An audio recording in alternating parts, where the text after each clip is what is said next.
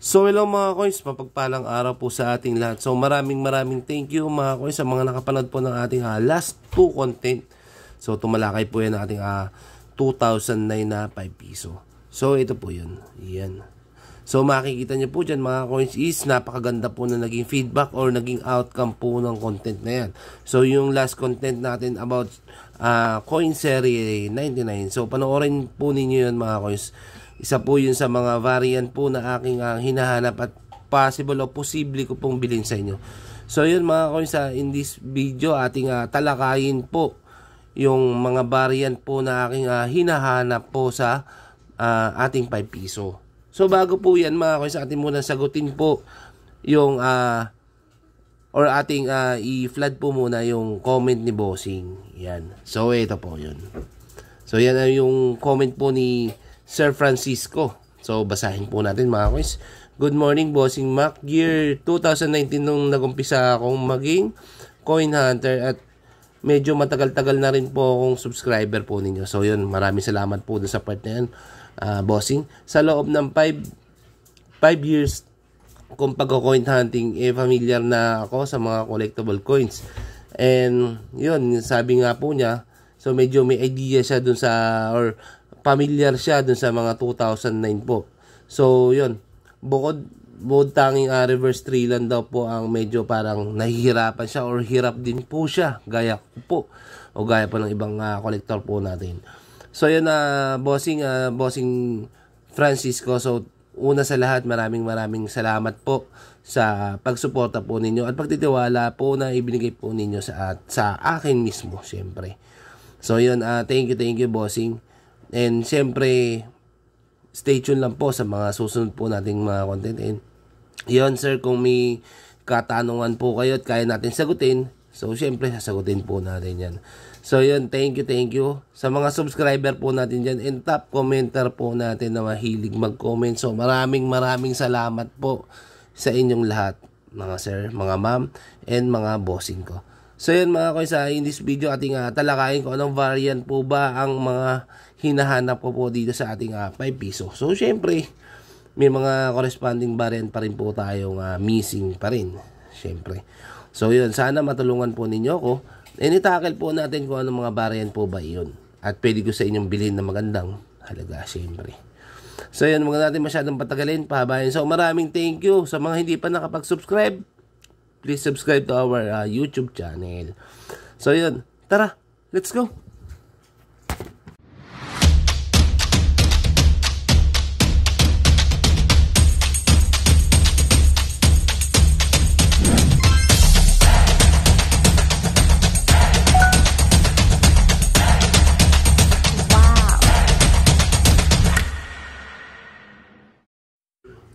So hello mga coins, mapagpalang araw po ulit sa ating lahat. So maraming thank you mga coins sa mga nakapanood po ng ating last content. So yun, tumalakay po yun dun sa ating 2009 na hard to find. Para sa akin, ewan ko lang po sa ibang collector natin kung hard to find po ba yun.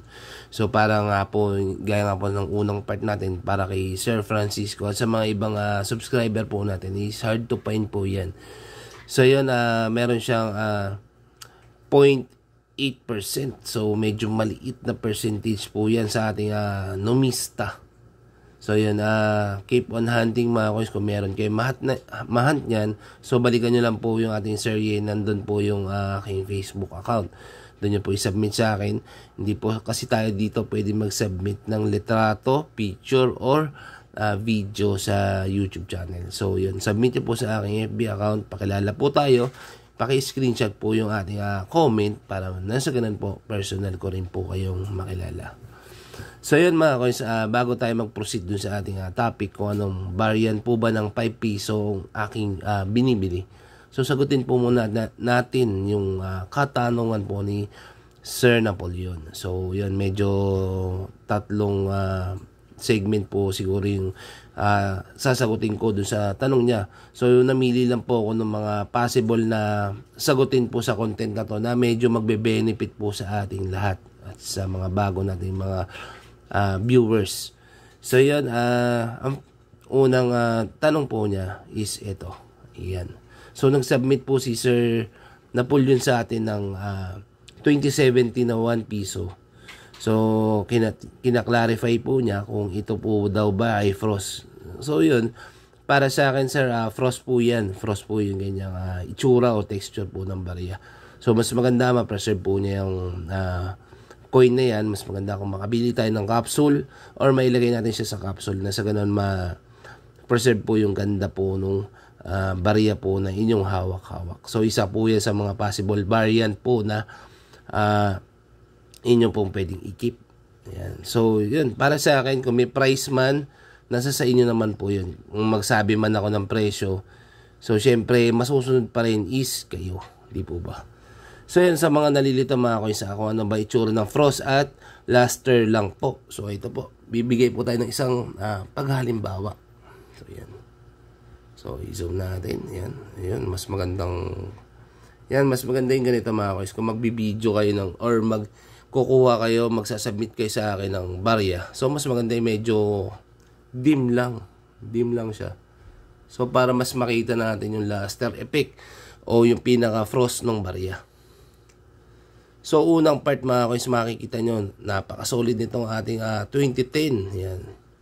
Makikita nyo yung kinang po niya. So, itong kinang na to ay tinatawag nilang or tinatawag ng karamihan na mint luster. So, luster lang po ito. Hindi po ito isang frost. So, yan. Makikita nyo po dyan. Hindi na po natin masyadong bubusisiin mabuti mga coins. Makikita nyo lang po sa texture ng barya kung ito po ba ay frost or luster. Yan. So, yan. Makikita nyo naman po. Ito po ay tinatawag nilang mint luster or luster effect po ng barya. So, ito po yung frost. So, makikita nyo mga coins. Yung frost po ay napakalayo po dun sa mint luster po natin. Yan. So, makikita nyo parang nagigelo yung part na yan. So, yun. Sa mga familiar na po sa frost at mint frost or luster. So, yun. Thank you, syempre.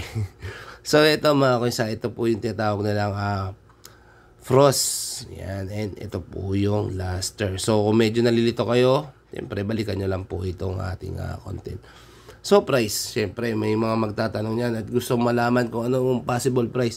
Sa ganitong condition, mga guys, pwede nyo siyang ibenta ng 200 to 250 yung ganitong itsura or texture ng barya. So, bakit nga ba? So, para sa akin, bibihira na yung ganito, mga guys. Kung makikita nyo, ito po ay 2010 din po na reverse frost. So, napagkakamalan nga po itong frosted. Kasi ang sabi po ng iba is frost daw po ito. So, hindi po ha. Luster po ito. Luster effect po ng barya. Pag bago po kasi ang isang barya, so ganito po, magkakaroon po siya ng luster effect kung tawagin. So, ito po yung luster effect po na yun. Yan. So, i-zoom natin. Yan. So, para mas makita po ninyo ng pulido. So, yan. Ito po yung tinatawag na luster effect. So, makikita niya po, may mga reflection po siyang nakukuha. Unlike dito sa ating frost. So, halos wala kang makikitang reflection o parang glassy na part. Yan. So, ito, makikita nyo naman po. May parang reflection ako na aaninag. Yan. Ito po yung aking background. Makikita nyo po. So, ito po yung isang significant or isang halimtulad o halimbawa po na ito po ay luster. So, parang nag-mirror siya. So, yan, makikita nyo po yung ano natin. So, pag inan nyo dito sa part na to, so, wala. Di po ba? So, yan po. Yan po isa sa mga tanong ni Bossing. So, next question po niya is, paano daw po ba kung yung folder letters or, so, yung kunyari, ganito, for example po ito. Yan. So, kung mawala daw po ba yung kanyang frost, pwede na daw po ba itong i-consider as bold letters? So, ang sagot ko po dyan, Bossing, for me, itong frost po ng ating 2010 is para sa akin is parang mahirap siyang alisin. Yan, una po yan. So, kung medyo mawawala po yan, hindi pa rin po masasabi na totally mawawala kasi marami tayong mga circulated dito ng barya na lumalabas pa rin talaga yung pagka-frost niya. Katulad po nito. Yan. So, yun, lumalabo nga lang. Yan. So, yan. So makita mo dyan sir, bossing mga ka-coins, is meron pa rin po siyang frost. So ito, circulated po siya. So ito, same as doon sa mga nauna. Ayan, makikita nyo naman po, hindi pa rin po talaga basta-basta mawawala yung pagka-frost. At kung mawala nyo man po yan, at maalis man po yan mga bossing, is, mangyayari po nyan, lalabas po yung pinaka parang tanso niya. Yan. So, yun. So, medyo, yan. Yun na, wala ng konti. Masyadong madilim naman yun. Yun. So, yun. Mawawala yung lalabas yung pinakatanso niya. So, kasi ganito, ito yan mga bossing. Pag ito kasi nilinis natin ng gusto. So, ito, danas kasi natin to eh.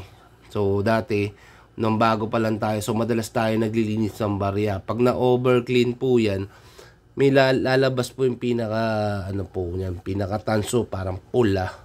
Yan, try nyo po sa mga barya po natin na sabihin na natin circulated na. Try nyo pong linisin nang malaman po natin na totoo po yung sinasabi ko na may lalabas po na parang tanso. So yun, sign po yun na nilinis yung barya. So ito para sa akin, hindi siya basta-basta matatanggal yung frost na yan. And isa pa, ito po, katulad po nitong ating 2015. Yan, ito po. So, para sa paglilinaw, yan. So, yan. So, yan, makikita nyo mga kois is pareho sila ng year. So, ito po yung ating reverse frost. And ito po yung bold letters or bolder letters. So, unang-una natin makikita mga boss, syempre, yung pinaka-outer rim. Yan. So, yung outer rim talaga ni bolder letters is mas thin po talaga siya compared dito sa ating reverse frost. So, yan, alam ko naman matitigas ang inyong mga mata. Yan. So, yan, makikita nyo po. Or kayo na rin po mismo makakapagsabi sa akin na tama nga po. Yan. Ito po yung reverse frost natin. And ito po yung pinaka-bolder letters po talaga. So, makikita nyo po, mga coins in mga bossing, mas thinner po talaga yung ating bolder letters sa may kaliwang bahagi po. And ito po sa may kanan is yung reverse frost. So, parehong 2015 po yan. Ayan po. Ayan. So, yan mga coins So, yun. Medyo hindi kayo malilito sa part na yun. So, meron naman pong konting reference tayo. So, third question ni bossing is, so yun, sana nasagot ko ng medyo solid or okay po yung ating katanungan, sir. So, yun, medyo makikita nyo po, lalo na kung familiar po tayo sa mga piso. So, ako, para sa akin, familiar din po kasi ako sa mga 1 piso. Kasi ito po talaga yung tinuunan ko ng pansin. So, mula na nag-start ako ng coin hunting, so dito ako tumagal ng husto. At hanggang ngayon, hindi ko masasabing na complete ko na o kompleto ko na yung variant na meron to. So yun. Para sa akin, medyo kulang pa rin talaga ako dito sa mga variant nito. So marami tayong content po dyan. Nasa serie 100 na po. So ito po yung 100, serie 100. So maraming serye po dyan na naghanap po tayo or may variant po tayo hinahanap dito sa 1 piso. So yun sir, sana nasagot ko po yung katanungan po ninyo. And then yung next question po niya is about 20 pesos. So sa 20 pesos mga kakoins and bossing Napoleon. For me, syempre iba't ibang ano yan iba't ibang kahiligan po yan. So yun. So since meron akong konting idea about 20 pesos. So sa akin hindi ko siya masyadong pinalawak o pinalawig kasi unang-una sa lahat is kukunti lang po kasi yung baril niya. At the same time, wala pong masyadong collector din po kasi ang nagko-collect din po niyan. And wala siyang masyadong ganong kalaking added value. And kukunti lang po.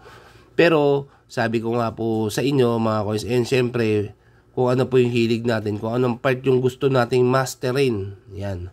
So, natutuwa nga ako dito kay sir kasi napaka interesado niya sa mga barya, lalo na dito sa 20 pesos about edges po ng barya. So sa akin sir, kung medyo magkakaroon kayo ng comparison about 2019 and 2020, so dapat ibahin niyo po siya kasi iba yung year ni 2020 and 2019. So dapat magkaiba po yun, magkahiwalay po yun. So mas maganda nga po, gaya nga po na aking sinasabi, sir, mas maganda ako sumali tayo kay Endat Numista kasi yung mga percentage po na nakikita po natin kay Numista is galing lang din po yun sa mga kolektor na kagaya din po natin. Yan. So kung hindi tayo magsasubmit, hindi po lalaki yung percentage ng nakalagay po doon kay Numista. So mas maganda, much better, sir, mag-register po kayo kay Numista and makipag-ugnayan po kayo kay Numista.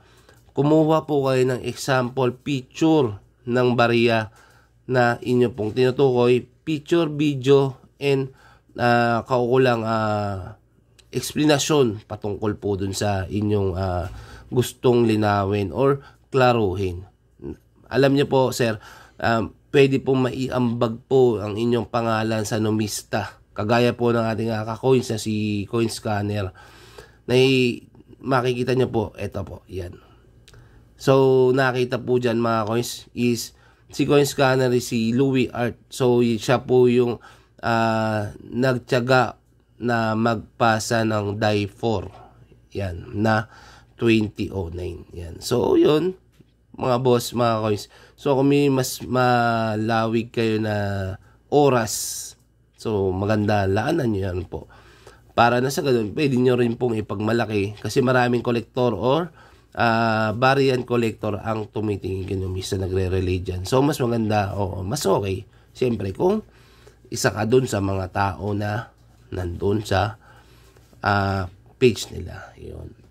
So, sir, good luck sa ating journey about 20 pesos. So, yun. Thank you rin sa pagdulog nyo po sa akin. So, yun, sir, good luck and saliksikin mo mabuti ang edges natin. So, yun. Balitaan mo ako after.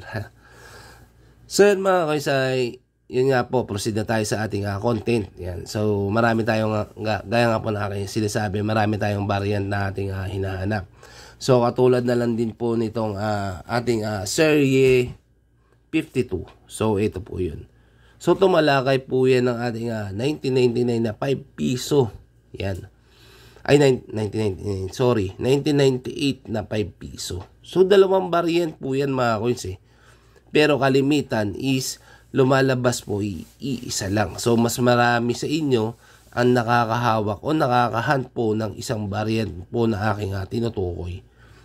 So, yung tinutukoy po natin is katulad po nito. So, meron ba tayo ditong example na barya or sample coin? Tingnan lang po natin. Parang wala po Saglit lang po kunin natin. So yan, ito na po. Ito na po yung variant mga coins sa ating isa sa mga hinahanap po natin na variant ng 5 piso. So yan, kung mapapansin nyo, may balahibo ko. So yan, kung mapapansin nyo mga coins is, ito po yung tinatawag ko na medyo hard to find o hard to find po para sa akin. Yung 1998 po na merong mint mark. Yan. So, kung mapapansin nyo, mint mark spot po ng ating 5 piso is dito po sa ilalim po ng collar ni Emilio Aguinaldo, ha, mga coins. So, kung meron mang makikita kayo para mga dumi dito, so hindi po yan mint mark. So, mas maganda o much better mga coins kung meron kayong malinaw na meron talaga siyang mint mark. So, ganito po yung tamang pagsasubmit sa atin. So, i-zoom po ninyo and tukuyin po ninyo kung saan part yung sinasabi po ninyo na merong mint mark. So, dapat ang mint mark niya is dito, banda sa spot na to. Yan. So, mga kakoins, meron tayong isang paghahalimbawa po ng with mint mark na altered. Yan. So, yun yung sinasabi ko nga po sa inyo, pagmamanipula ng isang barya para makompleto yung series or pinaka ng barya, pinaka kabuuan ng series ng 5 piso. So, ito po yung isang halimbawa or sample picture ng altered coin. So, ito po yung picture. So, makikita nyo dyan mga coins, tignan nyo mabuti yung 1998 spot niya. Diba? May parang itim-itim. So, yung part po na yan, masasabi ko, yan po ay iniba or binago or yung mas popular sa tinatawag na altered. Yan. So ito po yung isang paghalimbawa din po ng example video. So ito po. Yan. So kung makikita nyo dyan mga kois, meron po siyang mint mark na 1998. And yun nga po, gaya nga po na sinasabi. So sa mga gusto lang makabuo, pwede po yan. Pero sa ating mga kolektor na legit, kahit yan po ay circulated, basta legit po na may mint mark po yan. So goods po yan. Pero kung ganyan po na binago or inaltered, so hindi po tayo tumatangkilik po niyan. Yan. Malinaw po yan mga coins. Hindi po tayo tumatangkilik na mga ganyang barya. So marami nagsasabi sa atin na wala naman daw po niya. So meron po. Yan. So ito po yung isang example ng legit na 1998 na merong mint mark. So ito po. Yan. So makikita nyo dyan mga coins yung 1998 niya. Kung titignan nyo mabuti, walang pagmamanipula po yan. Yan. Malinis na malinis, klarong-klaro. Di po ba? And nakikita nyo naman po yung mint mark po niya. Yan. So kahit ganyan yung circulation or circulation or condition kung tawagin. Kahit ganyan yung condition ng barya na inyong isasubmit sa akin. So bibilin ko po yan mga bossing. Mga ka-coins, bibilin ko po yan ha. Malinaw po yan. Bibilin ko po yan sa inyo ng 1,000 each. Yan. Kung meron po kayo, kasi hindi lang din po ako ang naghahanap po niya. So maraming variant collector na katulad ko ang naghahanap po niyan. So yan. So yan, umpisa na po natin magsaliksik o maghanap po ng variant po na yan. 1998 po na merong mint mark. So yan, kuha tayo ng mga ball pen at papel. Isulat po natin yung hinahanap ni Macoins. 1998 na merong mint mark. So yan, malinaw po yan. So ano po ba yung susunod nating hinahanap? Yan, mga magagandang katanungan. So panoorin po ninyo itong ating last content. So ito po yun. Yan. So yan po yung tumalakay sa ating 2009 po na die 3. Yan. So sa mga hindi po naliliwanagan o wala pong malinaw na itsura o texture ng die 3. So ito po. Yan. So syempre magbibigay tayo mga bossing ng example or halimbawa po ng isang die 3. Yan. So ito po yung die 3 mga coins ha. So yan, unang-una po ninyo makikita kung baliktarin nyo po yung inyong mga 5 piso. Yan. So, ito po yung die 3 mga coins. Ito po yung die 3 ha. So, yun. I-ayos natin yung timplada niya. Siyempre. So, unang-una nyo mapapansin mga bossing. Yung pinaka-script ni die 3 is bold po. Mas thick, mas matataba, and mas solid. Dito po ay isang paghalimbawa po ng die 2. Yan, ito po yan. Die 2 po yan mga coins. So makikita nyo po agad yung pinaka-differences po niya. Mas makapal, mas bolder, o mas mataba po yung ating tinatawag na variant ng die 3. Yan. So yun. So yan mga coins, magkano ko po ba sa inyo pwedeng bilhin? So siyempre price update din tayo at the same time sa mga barya o coins sa aking binibili. So marami kasi sa atin nagtatanong, sa atin, ano ba bossing yung binibili po ninyo? So isa po yun, yung kanina 1998 na meron pong mint mark, and ito po yung pangalawa 2009 na die 3. Yan. So magkano po ba siya pwedeng bilhin sa inyo? Bibilin ko nga po sa inyo gaya nga po ng aking sinabi dun sa ating content na pwede ko po sa inyong bilhin ng 1,000 ang isa. Yan. Malinaw po yan ha. Basta makabili po ako sa inyo kahit isa. So syempre itatakal din natin dito sa content na to. And syempre ipapakita ko po sa inyo. Para kung meron man, alam nyo rin po yung tamang presyo ng barya po na yun. So yan mga koys dalawang variant pa lang po yan. So yun. Sana po makahanap po tayo and sana matulungan nyo ako mahanap po yung barya na yun. So panalangin, konting dasal. So yun mga koys, maraming thank you sa mga nakapanood po ng ating content. Yan, thank you ng marami. So sa mga hindi pa nakapag-subscribe, siyempre please subscribe to our YouTube channel. So, yan. Thank you and pakilike na lang din po yung content natin. So, ito po yung mga nag-comment po ng ating last content. So, ito po yun. So, yun. Yung mga solid subscriber ko talaga nandito pa. Maraming salamat sa mga comment nyo, sa mga suggestion nyo, sa mga papuri po na ibinibigay nyo po sa akin. So, nakakataba po na sobra sa nakakawala ng pagod. Alam niyo po yun, kahit pagod ka, alam niyo po yun, nag-energize ako, nagbo-boost yung, ko, yung pinaka, ko na gumawa ng mas maraming content. Every time na mababasa ko ng magaganda yung content, mga comment po ninyo. Alam niyo naman po yan mga coins. In every comment po ninyo, kung hindi ko man po siya ma-heart, is magko-comment or ko-comment din po talaga ako, re-replyan ko po kayo sa YouTube. Alam niyo naman po yan, lahat po halos ng comment po ninyo, tinutugunan po natin yan, di po ba? So maraming salamat sa mga bossing natin dyan na hindi pa po nakapag-subscribe. So subscribe lang po. So yan, mga kakoins, meron po akong ipapakita na isang example. Kung maabot ka sa part na to, syempre malalaman, masasabi mo kung anong variant po ba ito. So yan, hanap tayo ng malupit-lupit na variant or magandang variant po na pwede natin i-example po sa inyo. So dali lang mga coins. So ito medyo interesting to eh. Saan na ba? So ito, yan. So anong year and variant po ba ito? Siyempre sabihin natin yung year. Ayan. Ayan. 2012 po ito na 5 piso. So anong reverse po ba nito? Yan, yun ang mga magandang katanungan. Reverse ano po ba ito? Mga bossing, mga coins, kung nakaabot ka sa part na to, anong reverse po ni 2012 po kaya ito? Yan. So yan. So yung comment lang po mga coins kung anong reverse ni 2012 to ha. So yun mga bossing, mga coins. Kita-kits tayo sa mga susunod na vlog and thank you sa pag-abot po natin dito sa Serye 100. So yun. Solid. Salamat ng marami and sa mga basher natin dyan, bahala kayo dyan, mag-bash kayo na mag-bash. Basta tuloy-tuloy lang sa mga sumusuporta. Siyempre napakaraming thank you talaga.